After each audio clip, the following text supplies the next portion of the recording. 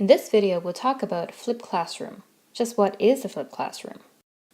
In the traditional model, information is usually passed passively from the lecturer to the learners.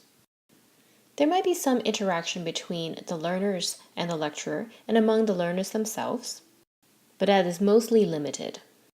In a flipped classroom, the curriculum is divided into two stages: core content delivery and interactive classroom activities.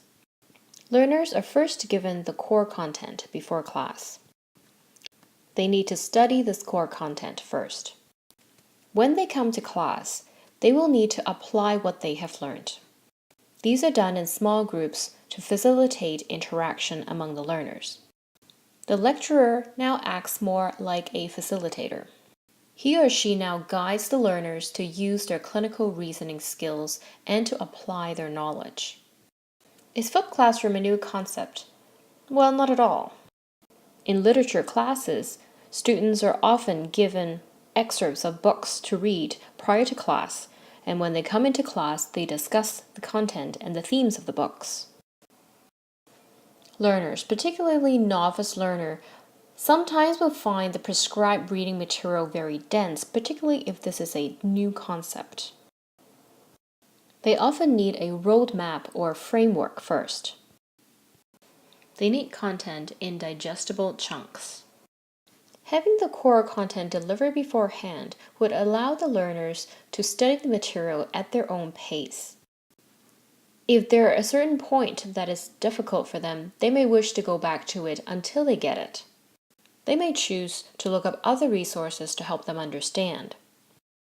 And during the classroom activities, you will be using clinicians for their best ability, the ability to apply their knowledge to real-life skills. This is where they shine, teaching problem solving and management that you may not be able to read in a book. In studies, this way of teaching has increased class attendance, engagement, attention, and knowledge. So how do we plan for a flipped classroom? Like with all class, you want to decide on the objectives.